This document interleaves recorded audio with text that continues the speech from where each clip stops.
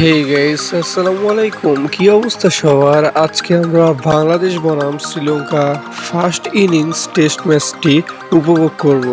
শ্রীলঙ্কার বিপক্ষে প্রথম টেস্টে টসে জিতে ব্যাটিংয়ে বাংলাদেশ।